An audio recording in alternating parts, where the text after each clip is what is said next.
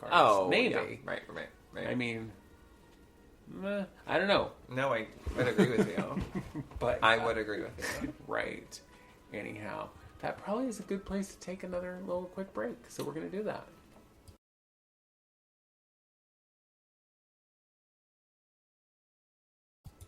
And we are back. Hi, hello. So I want to go back a little bit to Black history or just Black culture, and I want to talk about one of my favorite singers, and has gained a lot more fame recently with the show Pose, and the new Cinderella movie, and that'd be Billy Porter. Billy Porter, who is an amazing singer and got his start on Broadway. Do you know he was in like a talent show? No. He was like in some talent show, the same one that Britney Spears was on later. Okay. Star Search, maybe? I don't know what the hell it was, girl. Don't ask me. But he won. He won $100,000. Oh. And then he, in 1994, early 90s, was on Broadway. And he did most of his things on Broadway. That's where he started. But he originated the role in Kinky Boots. Right. On Broadway, not the movie. Right. He was in Grease, was like his first role. So Billy Porter is this phenomenal... Oh, right. He played the teen angel. Yes. He is a phenomenal singer. He's an amazing actress. He is a wonderful actress. He is a wonderful actress. But you should... And it was Star Search. 1992. Okay. Damn, girl. Again, you were 3. I was a child. And I was not 3.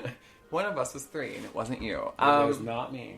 But if you know who he is, a lot of people know him from Pose. Or he was in American Horror Story. Yes.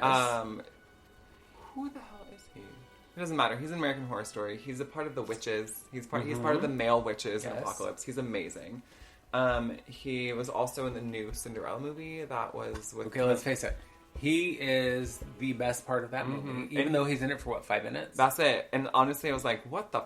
but the new Cinderella with, like, Camila Cabello and everybody else in the world. But I think that he's super influential, and I think that if people just watched Pose, you could get, like, all of him. Do you know what I mean? Because he does funny, he does drama, he sings like an Emma. He made me cry. Girl! Over and over first again. of all, every episode of that show. Oh, yeah. I wept. Ugly cried. Ugly cried, girl. Yes, I get it. And then secondly, and everyone knows who this is Whitney Houston. Heard of her. Who is she? Bobby! Bobby! So Whitney, obviously, everyone has, like, a reason why they love Whitney.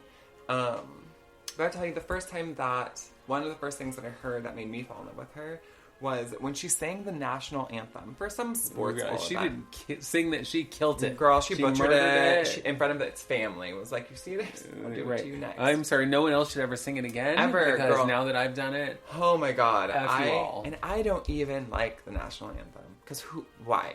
But she did it, and I remember one summer, I was young. 10, I listened to it on repeat all summer because I was just obsessed with the way that she sang it. But she's iconic for so many reasons. Yeah. But that was the initiation of my love for her. Mm-hmm. That seems like a good place to start with Whitney Houston. I mean, really. But that was the fairways into her career. Yeah.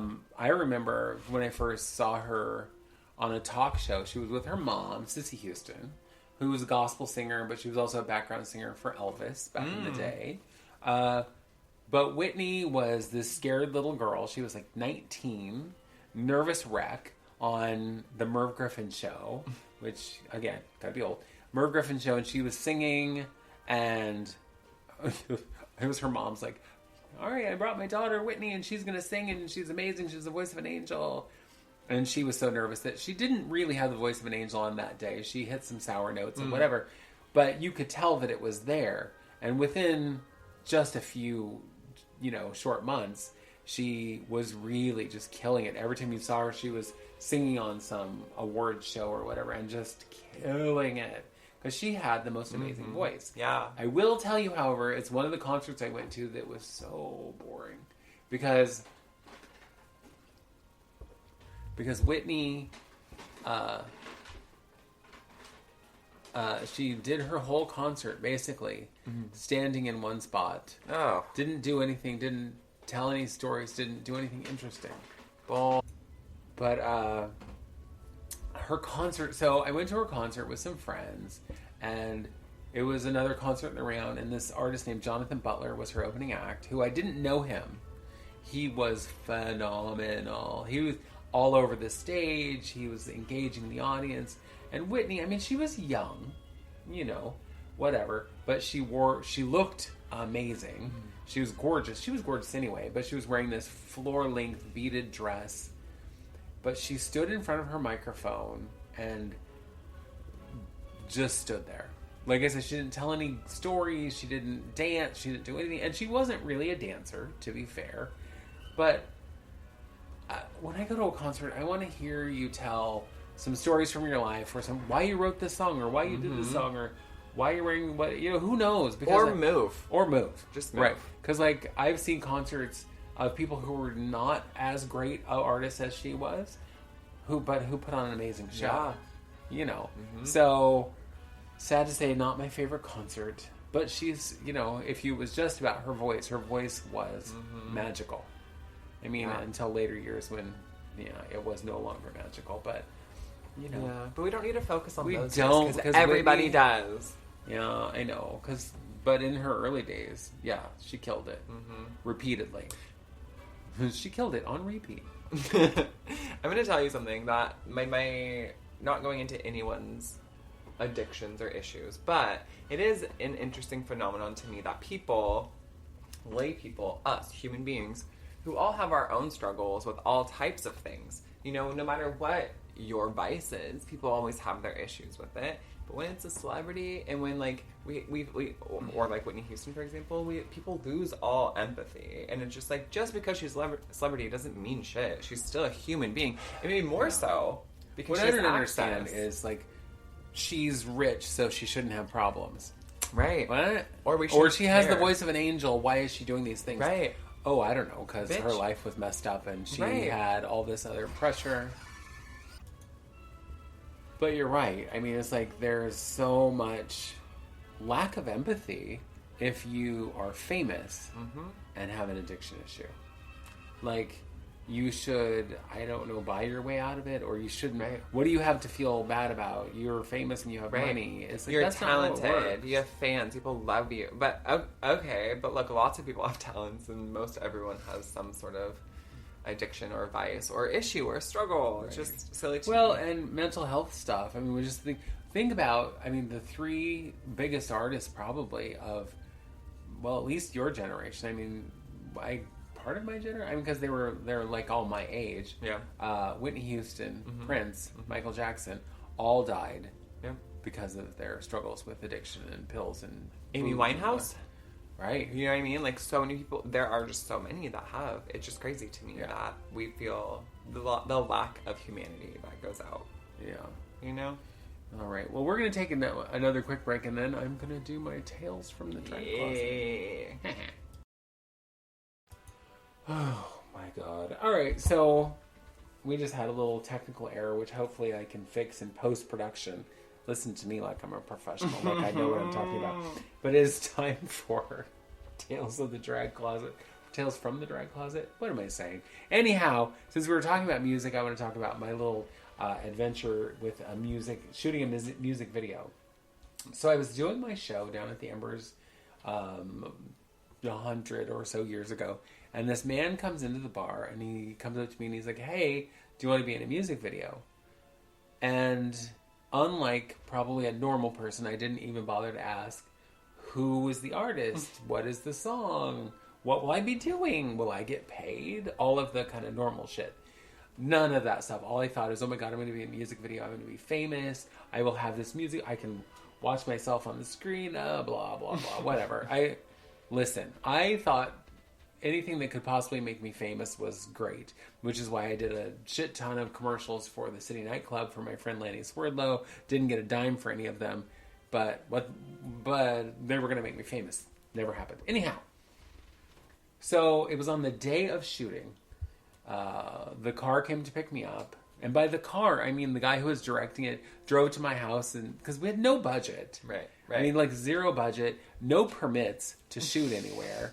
I mean, the only budget was they were going to buy us lunch. So I wasn't getting paid. Right. And so I asked the guy, I was like, this probably should have come up sooner, but who is this musical group that we're doing video for? And he's like, oh, they're called Snot. And I'm like, what? S-N-A-U-T, Snot. And they did a cover of Like a Virgin. And I'm like, oh, God. And they're what kind of music? And he's like, oh, they're grunge from Seattle. And I'm like, oh. That's right up your alley, girl. So, that's so me, grunge music from Seattle. Motown being the first one, that first genre you love, now you're like, yeah, right. And grunge I'm like, video. Sure, yay, grunge. I do love the grunge. You know, I didn't know shit about grunge. Other than I knew who some of the artists were, because they're from Seattle. Sure. Ugh. So, we get downtown. We're going to film part of it in a car, part of it on the street. Right. And then we had to do it kind of quickly because no budget. We had no lights. We were filming with just a regular camera, one camera operator, me and this guy who was an actor, we'll say, in quotations, actor. And we get to the part where I'm on the street. Oh, by the way, I'm playing a hooker. I love that. And so it's typecasting. So I'm playing a hooker, and I'm on the street in my cute little black jacket with the velvet leopard lapels and matching skirt. Yeah. Mini skirt. Love that. Yeah. And being a hooker, blah, blah, blah, staying on the street, smoking. And you don't smoke, but, you know, hooker is apparently smoke. I don't know. To make the look complete, I don't know. It just seemed right. I was getting into character. Is this right? Am I doing it right? So, one of the funny things that happens, I'm standing on the street, he's filming me from across the street, and this guy that I had known for many years, I'd worked with in the club, comes up to me and he's like, oh man, I owe you money. I forgot, I haven't seen you in so long. Opens his wallet. Now the camera guy is still rolling and can't hear anything because he's across the street. And it's not like we had microphones. We had no budget. But he's filming, and the guy opens his wallet, pulls out money, hands me the money that he owes me. And I'm like, I'm in a video right now. Whatever. Yeah, I'm playing a hooker and he's handing me money. It seems perfect. Then, and they left all of that in the video, by the way, because it was perfect. Right. Well, then the guy, the actor dude who's playing the John, who's going to pick me up, pulls up. I talk to him through the car window. I get in his car. Now, as I walk around the front of his car, my skirt, my very short skirt, becomes shorter and shorter until it disappears entirely. I used to call this my magic skirt because it did a disappearing act every time I wore it, so I stopped wearing it. But that seemed appropriate, though, as a sex worker. Right. By the time I got there, my skirt's gone. You're doing I made my job easier, right? Yeah. But what's even funnier is there was no continuity in the filming. So as he drove away, you can't see me in the car because he used a different shot where I'm not in the car, but it just looks like I'm already working because you cannot see me in the car.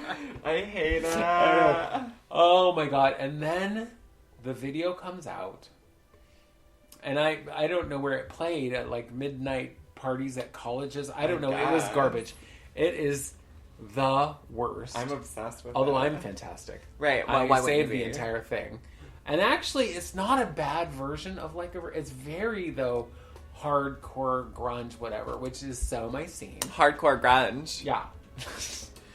Sounds like super different. And you can, if you look hard enough, you can find it on the interwebs somewhere. I have found it. Wait, what is it called? It's Like a Virgin by Snot with an Snot, A-U. S-N-A-U-T. Snot. Now they've put out a better, I mean, I'm not in it. They put out a more professional version of a music video. Okay. But this one is the OG. I mean, because yours truly plays, like I said, a sex worker. I can't wait to find it. And she's amazing. You have to look real hard. I mean, you have to do some deep searches. 94. You found it already? Bitch, yes! I am dead. Hell Oh yeah. my God. We're gonna watch this today. Yeah. All I can say is I look good. But at the end, oh my God, the director. There are a couple things. Yeah, that's me. There are a couple things that drag queens never want. One is overhead lighting. But two is the super duper close up. Okay. And how does he finish the film? He goes so close to my face that I swear to God you can count my pores. And I'm like, could you back up just a touch? I also like they spelled, because